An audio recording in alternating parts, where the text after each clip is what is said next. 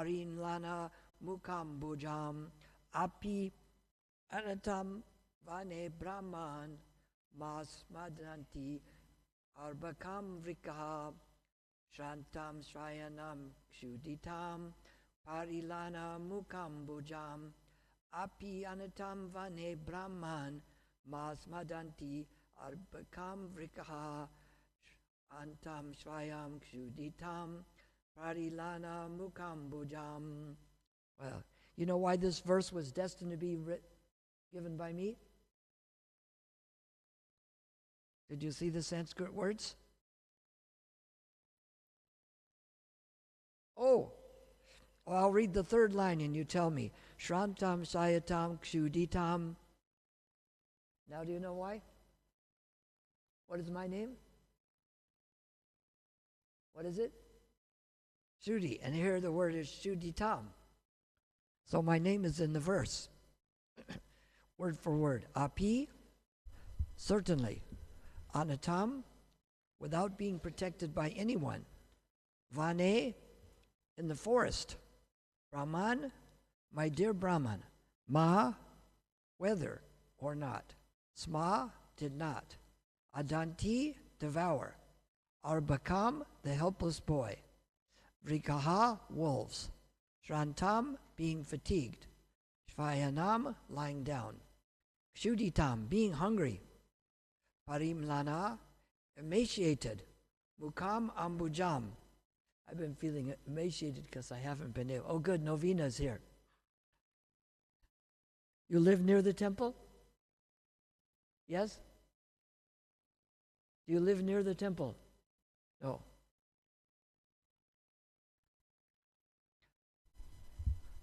Emaciated. Mukha ambujam, his face, which is like a lotus flower. My dear Brahman, the face of my son was just like a lotus flower. I was thinking of his previous condition. He is unprotected and he might be very hungry. He might have lain down somewhere in the forest and the wolves might have attacked him to eat his body. Text 67. Aho me bata duratyayam stri jitashvai payodaraya. I'll just read through the verse once then, right? Because we're going to go to the Yo nakam premanaruru shantam napanandam asatamaha.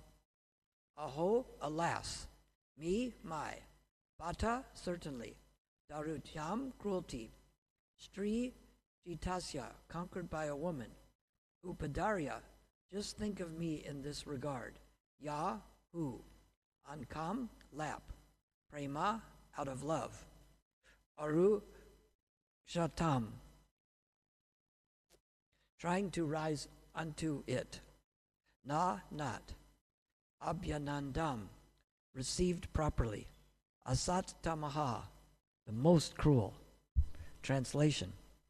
Alas, just see how I am conquered by my wife. This is the king, Maharaj Uttanapad, talking. He had two wives, and the mother of Dhruva was not his favorite wife.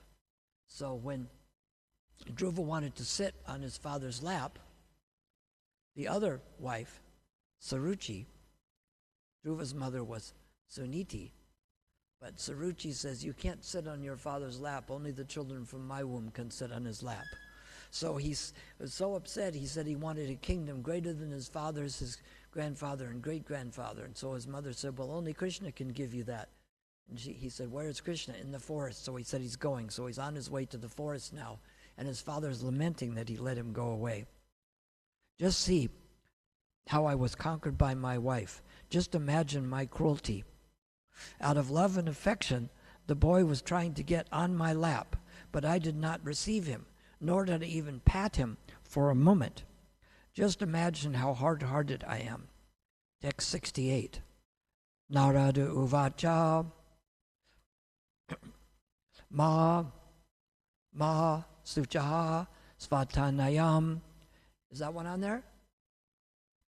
Deva guptam visampate tat prabhavam avjaya pravikshite yad yaso jagat naraduvacha mamasucha svatanayam devaguptam visampate tad prabhavam avijanaya pravikte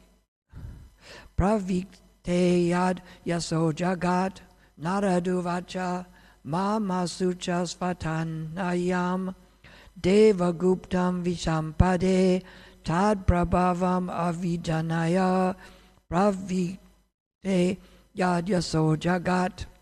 Word for word. Naradu Vacha, the great sage Narada said, Ma, do not. Ma, do not. Sucha, be aggrieved. Svatanayam, of your own son. Devaguptam, he is well protected by the Lord. Vishampade, O master of human society. Tat, his. Prabhavan, influence. Avijanaya, without knowing. Pravrinkte, widespread. Yat, whose. Yasaha, reputation. Jagat, all over the world. Translation. The great sage Narada replied, My dear king, please do not be aggrieved about your son. He is well protected by the Supreme Personality of Godhead, although you have no actual information of his influence. His reputation is already spread all over the world. Repeat after me. The great sage Narada replied, My dear king, please do not be aggrieved about your son. He is well protected by the Supreme Personality of Godhead. Although you have no actual information of his influence, his reputation is already spread all over the world. Purport by His Divine Grace A.C. Bhaktivedanta Swami Srila Prabhupada. Sometimes we hear that great sages and devotees go to the forest and engage themselves in devotional service or meditation. We become surprised.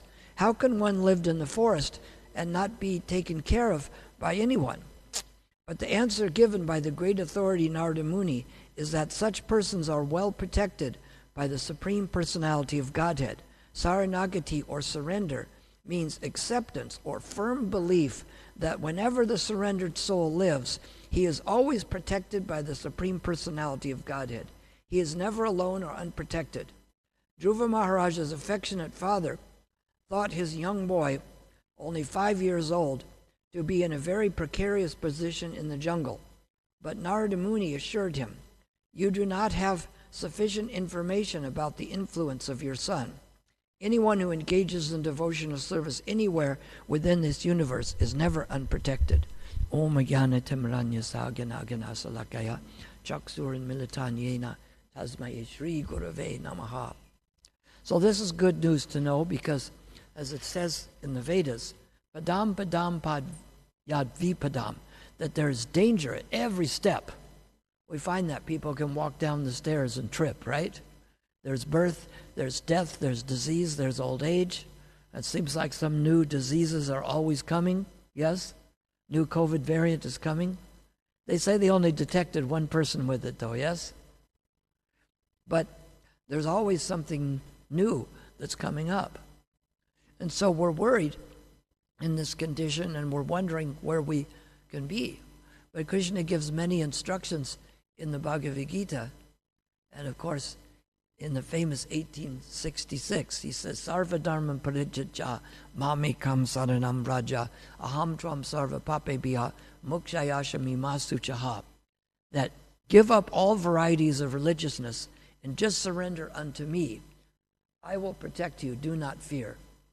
So Krishna will protect us, especially if we take shelter of him. This is the whole idea. And it doesn't seem to matter where we are. Sometimes when I've been feeling, I've had some health issues here, and I'm feeling, am I safer back home in Laguna Beach? Am I safer in Vrindavan or Mayapur? Or am I safer here? But I'm safe when Krishna's taking care of me.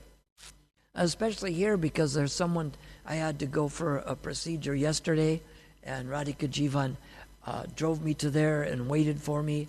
And sometimes when you're not near devotees, or close friends, family members may be busy, and it's hard to get someone to take you there. You have to be there at 6 in the morning and stay a few hours. It's hard to get that to happen. But I see devotees here look out for each other. And that's the whole idea, is that we look out for each other. It's easier to depend on Krishna because we know that Krishna's representatives will help us. And that Krishna himself can make anything right. He can make, without Krishna, with Krishna, the difficult things can become easy. And without Krishna, the easy things can become hard. It's amazing what can happen. You can be driving down the street and run over a nail and get stuck. Or there can be terrible troubles and you can survive it. You see that because Krishna arranges for it. So our business is just to surrender to Krishna and not to be worried about the external circumstances. And Narada Muni is explaining here how the fame of a devotee, that he is so famous because he is engaged in Krishna's service. And he is going through the austerities. That's one thing we don't always like to. Some people call that the A word, because there's words that you don't say, so you call it the F word or the something else word, right? The K word, or there's words that you don't use here, right? Right? Like there's words that insult certain races. So like you wouldn't use the K word with black people, and you wouldn't use the N word with black people in America. Well, the A word is austerity. You tell people, oh, we're going to do some austerities. You want to come to our house tonight? Well, they say, ask them that. Approach people in the street and say, we're going to be doing some austerities tonight. Would you like to join us? No, no. Like they say in South Africa, no, no, no, no, no, right? They use a lot of no's here. They say, oh, you're doing this. No. What are you doing? No. They start out with no, and then they tell you something. It's funny because there's something so unique to here that we have to. And in my life, I've seen the examples of this going on, especially when Krishna put me into difficulty, like when we were in Johannesburg, and 4 thieves broke in. 3 had guns and 1 had a crowbar.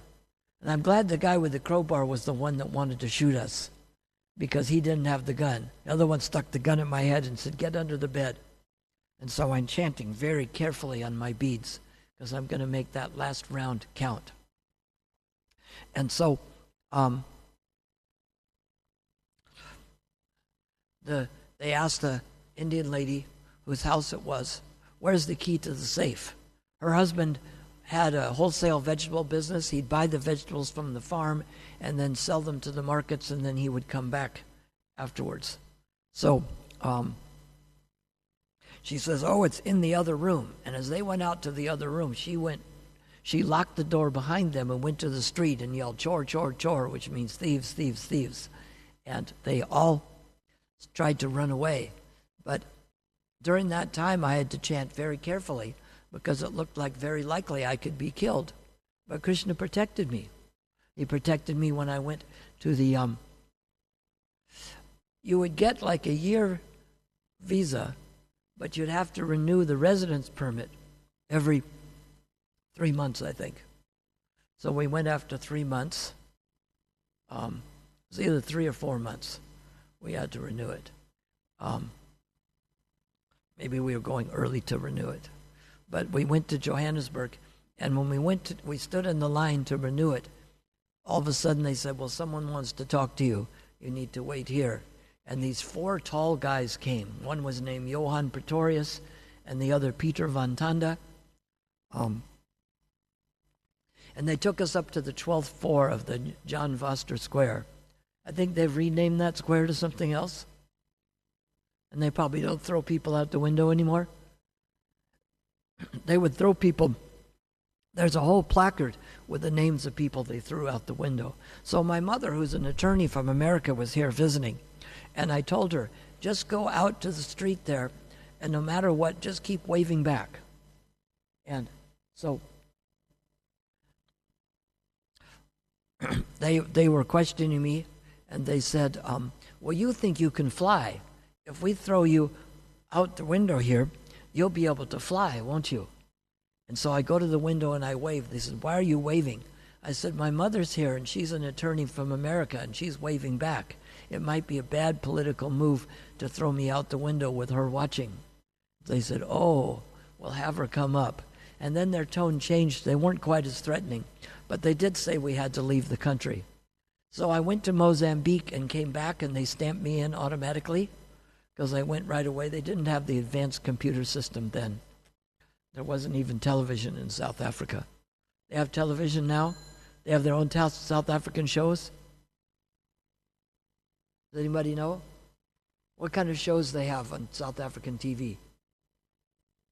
American shows? Yes? The TV makes everyone American, doesn't it? Because there's more American shows than anything else because of Hollywood. You don't know? No. Oh. You know why I didn't watch the South Africa TV when I was here in 72 and 73? You know why I didn't watch it? Anybody know? They didn't allow it till 1975. They weren't allowed to have it and see what was going on in the outside world. They didn't want to see all the news about how people were upset with South Africa and not accepting of it. So it took till 1975 to get it. Because at least with that you get news of what's going on in the world. They didn't get that. South Africa was like its own little planet, somewhere different. So we don't like to do these austerities, but we find that in the beginning of creation, this is mentioned in the first verse of Srimad Bhagavatam. It says, Om Namo Bhagavate Vasudevaya Janmadasa Jataha Itarad Artheshu Aviganas Farat Tene Brahma Ridaye Arikavaye Muyanti Avigana Yat Suryaha Tejo Varimidam Yata Vinimayotri Rago Mishra Damnashvena Sada Guokam Satcham Param Dimaye. And in the verse it says, Tene Brahma Ridaye. This knowledge was imparted into the heart of Brahma. But the knowledge was imparted into Brahma after he did austerities, because he was born on the lotus stem coming out of Mahavishnu. It's kind of funny, he was born connected to a stem. Does anyone know someone who was born connected to a stem? You don't? Aren't they all connected to a stem? Aren't they all extended to a cord? Yes? Even animals? Because they feed through that? So we're connected to Krishna at the umbilical cord? Just like that. That's how they say with someone when they're too protective of their children. They say, oh, you need to cut the umbilical cord, because the cord is supplying them with all the nutrients. It just shows, too, how these things can't come by chance. They think that all these things come by chance. They think, oh, the single cell, even the single cell has so many different moving parts to it. And the fact that the umbilical cord connects to the child and gives it nutrients so it can grow, and then all the things form over time. It's like saying in a factory that the things just come together. Can they just come together? Actually, this happened with Isaac Newton, who was the one that discovered the gravity. Is that when the apple falls out of the tree, he thought about the gravity of why it falls and doesn't go up. And the gravity, of course, is the force of Balaram. His friend said he thought that the universe was created on its own. And so Isaac Newton built a replica of the universe where you pedal the bicycle and all the planets would go around the sun in the order they're supposed to go. And he left it in the guy's living room. And the guy said, where did this come from? He says, oh, it manifests on its own. And the guy said, well, that's not possible. He said, well, Isaac Newton said, well, you think that the total universe, if the big picture manifests on its own, certainly the small one can. It's just like if I show you a model of this building before they build it, And then we build the building. They usually do that. They make a model of it so that you can see what it's going to be like, a small version. You've seen those of buildings. They do them for large buildings and apartment complexes. They have a model of what it's going to look like. Now, the model has to be built by people, but the real thing just manifests on its own, right? If the model has to be built by people, then wouldn't the real thing also have to be built by people? Confirmed by the conch shell. We see that the more order there is, the more intelligence. It's just like you can check the schedule of when the sun is coming up and when the moon is coming up. How many times does the moon rise in a month?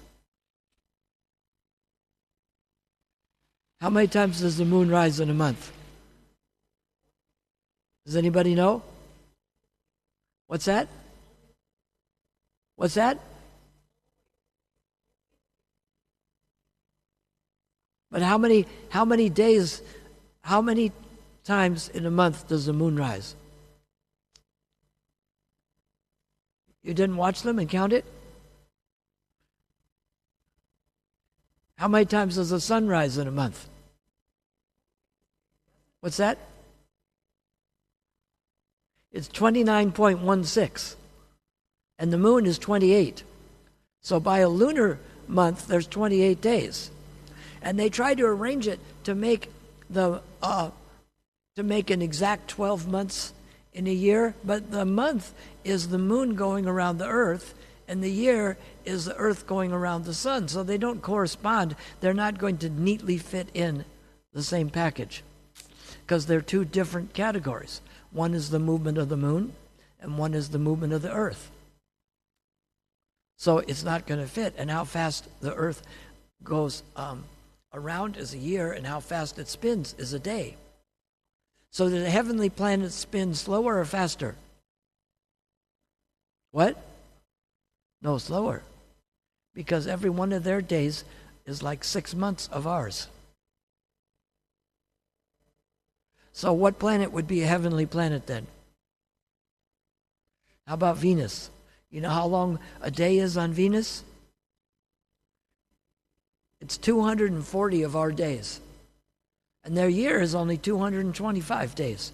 So on Venus, a day is longer than a year, which is an amazing thing to think about. But these things are all ordered, and you can tell exactly when the sun's going to come up. They don't say it came up late because there was some change in facilities or somebody couldn't make it. You ever get that sometimes in the newspaper, sometimes we find, like when I came from Johannesburg to Cape Town, the fuel didn't show up and flights were delayed. So the sun energy is always available. Just like the electricity, it's always available, right? No? So that must mean that who's ever controlling the sun is more intelligent and more advanced than who's controlling the electricity. Because the electricity, sometimes it shuts off. Sometimes it shuts off by schedule, and sometimes it just shuts off, right? And the sun, does it do that? No. So we have to conclude that who's ever running that has to be more intelligent. Just like if one airline, if the flights are always on time, and another airline, the flights are not on time, you have to conclude that who's ever running the one airline must be of more intelligence than the first one. We have to see that order is created by intelligence. They say in the Bible that in the beginning was the Word, and the Word was, in Greek, was logos. You know, if people really want to study the Bible, they have to study the Greek. Just like people who want to study Srimad Bhagavatam have to learn some of the Sanskrit because it's the original language, so that we don't mistranslate it. They mistranslate some things from the Bible. It says that Jesus gave the people bromide, and they translate that he gave the people meat. Because some of the places that's what they'd eat, so meat and food were the same thing. But bromide means food. It doesn't mean meat. But if we just give people the translation, then it's easy to change it because they have no reference to see what it came from. How do they know this was translated correctly? So we see that there is greater order in the things that Krishna is doing than the things in the material world. But they still think somehow their intelligence is so advanced to do things, and yet the universal must just be running on its own. How can it be running on its own? That is why we depend on Krishna, because he is in charge. He can change things. Yet he's changeless himself. But in this world, things can change. Things can deteriorate. I think in South Africa over the last 50 years ago, they had no trouble with electricity. So shouldn't it be that it gets more advanced now and there's a better job of it? Will it get better now or will it get worse? Worse. Why will it get worse? Because why? Is there a microphone where she can comment?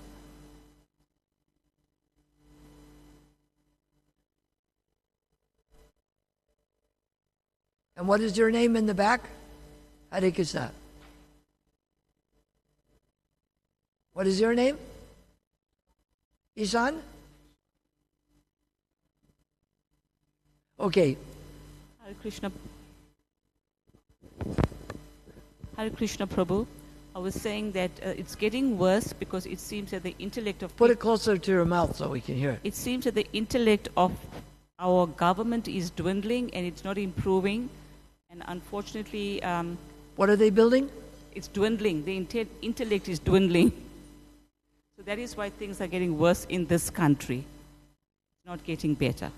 I heard here too, somehow the people pay the municipality and the municipality is supposed to pay ESCOM. Whereas in America, it's all done by private, which thinks it would cost more because they're running for a profit.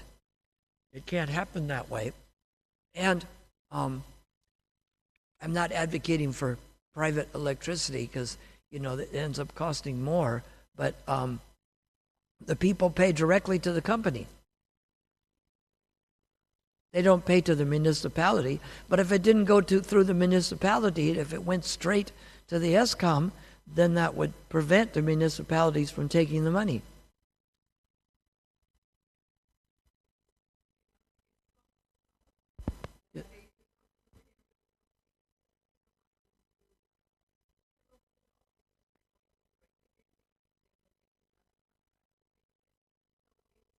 Sabotage.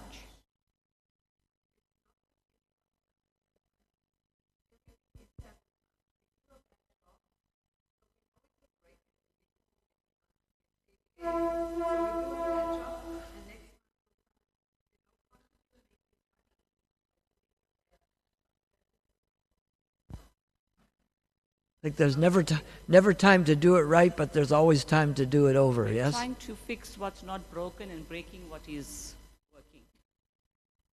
Wow. Aren't people crying to have it run correctly? Aren't the people crying to have it run correctly? The majority that rules, no matter what you say.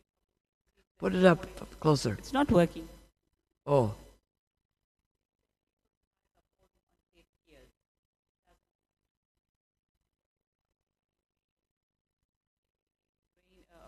All the people that are leaving.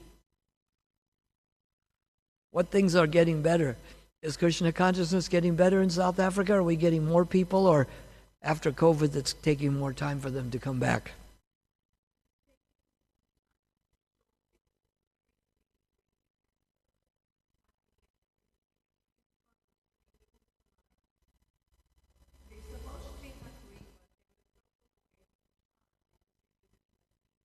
Where was this? Yes.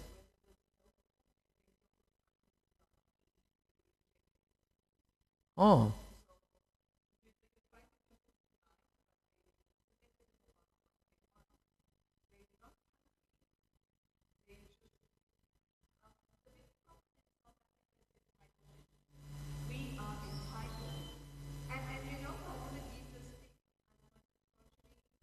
Yes. Yes. Yes.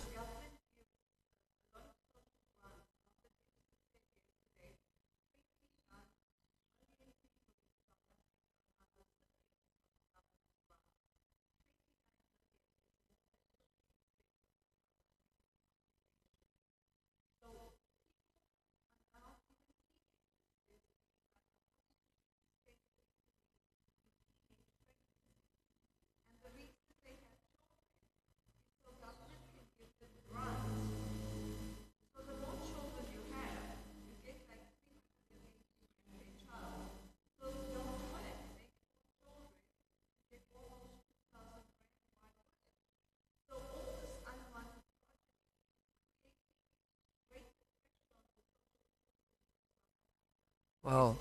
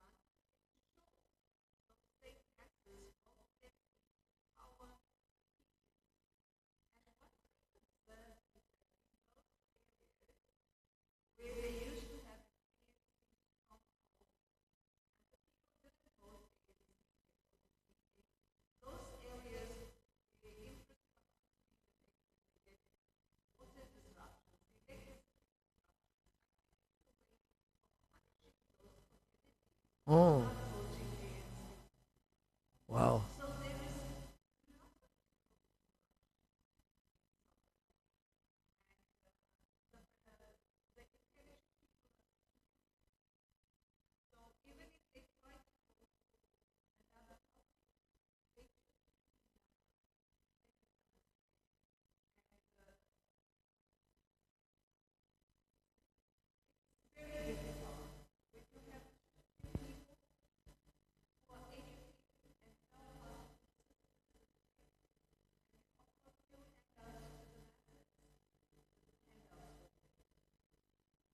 Mm.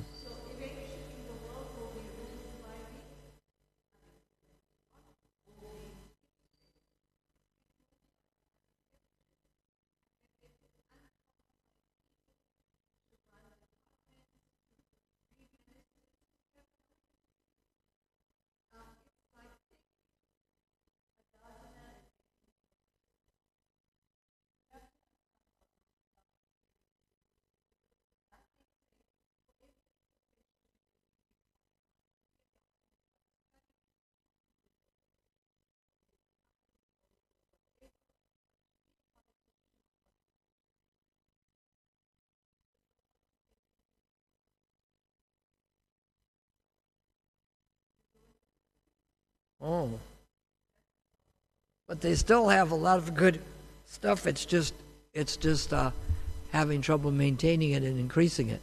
You have a good road system here. You do have a good economic system here. The economic system is good, but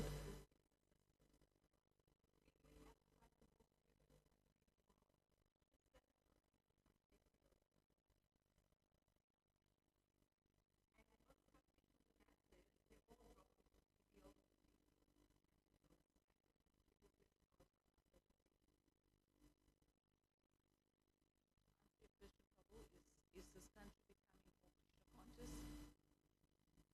We see it when we're doing Sankirtan, that it is extremely challenging sometimes to get people to take the books. It seems they're more interested in all the other material things around them than surrendering to God consciousness. yeah, see, that's a challenge in the books, especially that there's more crime and the rand has gone down. When I was here, I had sets of books, and I had $15,000 worth of books. And the rand was actually $1.20. So when the rand went to $1.50, now I only had to sell 10,000 rand worth of books to pay off the $10,000 debt. Whereas now to pay off $15,000 debt. Now to pay off a $15,000 debt, I'd have to collect about 270,000 rand. But we see with books, and I could knock on doors, people weren't as scared. It's a little harder to knock on doors now. Even if people might want books or might be happy with you, they're in the mood, because they're afraid, they're in the mood of refusing people entrance. So it's hard to change that mood, isn't it? Just like if you're having a party and people are coming and going, it might be easy for me to just walk in and join the party, right? The door is open and lots of people are coming. But if the things are closed, it might be hard to visit you, even if I'm a friend. They're too interested in not, who are you, what do you want, and whatever it is, they want to drive them away. So to do books here is a little harder.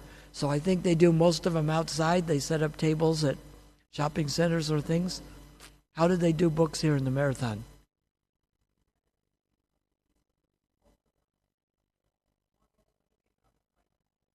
Yes.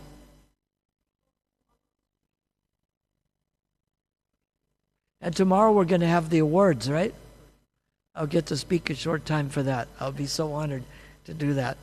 It was easy, I think, in my time, because I'd go to the wealthy Indian neighborhoods to try to distribute the sets of books. And I had 2 sets of books that were, there was a 25 rand set, and there was a 40 rand set, which now is more like 500 rand and 800 rand, right? Sets. It'd be like that, selling a 500 rand set and an 800 rand set. I'd sell a few of those. It was a good day. Especially I wanted to sell the bigger books and get the money out of it.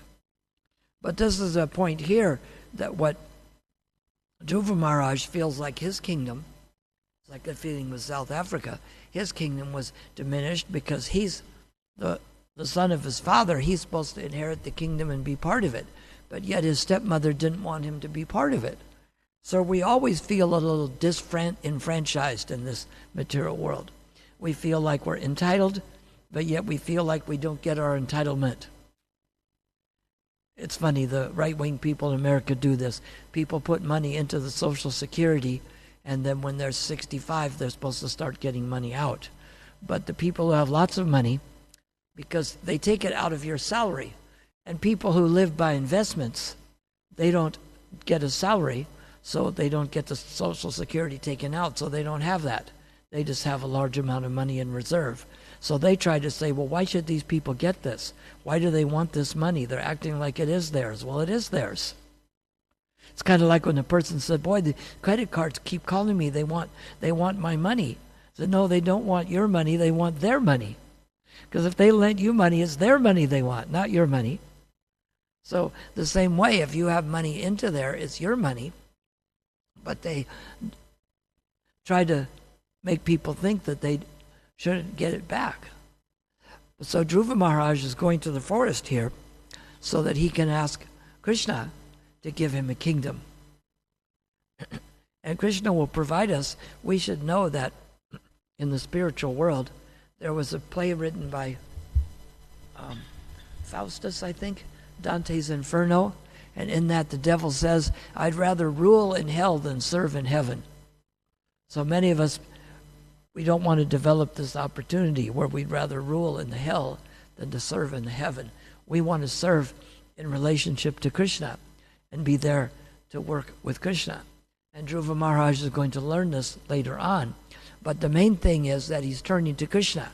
There's the Sanskrit verse in the Bhagavatam, Sarva Karma, Moksha Karma, Udarati. Whether one is completely free of our desires or he has all desires, he should just surrender to and serve the Supreme Personality of Godhead. And then he either gets his desires or he's freed from desires. And so that's the point. Whether the things are going wonderful, we don't think, oh, I don't need Krishna because things are going wonderful. No, we do need Krishna and we thank Krishna. And when things are going poorly, we don't think, oh, I give up on Krishna now because we're having problem with economy or health or, world economy may have still some difficulty in this year. You had some recession last year too. Seems like when America does good, they help the others a little. But when it does bad, it drags them down worse. The countries are set up more that they can hurt each other more than they can help them.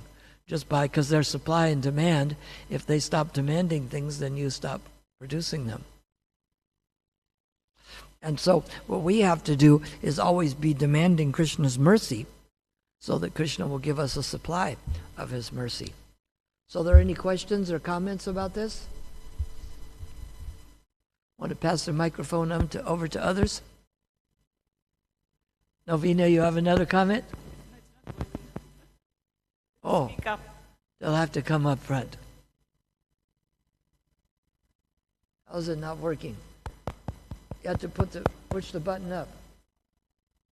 Oh, maybe there's no battery, huh?